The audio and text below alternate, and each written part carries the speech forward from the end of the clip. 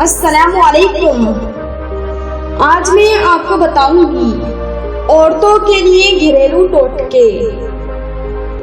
अगर दूध में अरके नींबू मिलाकर सुबह शाम चेहरे पर मला जाए तो चेहरा खूबसूरत निकल आएगा।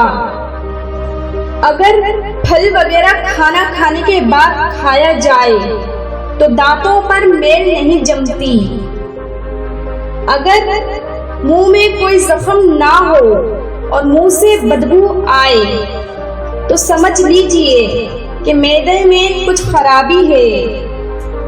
मोटापा दूर करने के लिए शहद और गर्म पानी मिलाकर पीने से जिस्म की बढ़ी हुई चर्बी दूर हो जाती है और इंसान दुबला हो जाता है।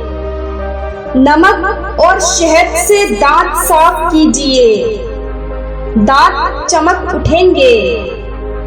अगर होठों पर स्याही या नीलाहट आ गई हो तो नींबू और ग्लिसरीन इस्तेमाल करें। आहिस्ता आहिस्ता नीलाहट दूर हो जाएगी। अगर कोहनी पर मेल जम गई हो तो नींबू काटकर इसके आधे हिस्से में कोहनी रखकर नींबू को दबाएं।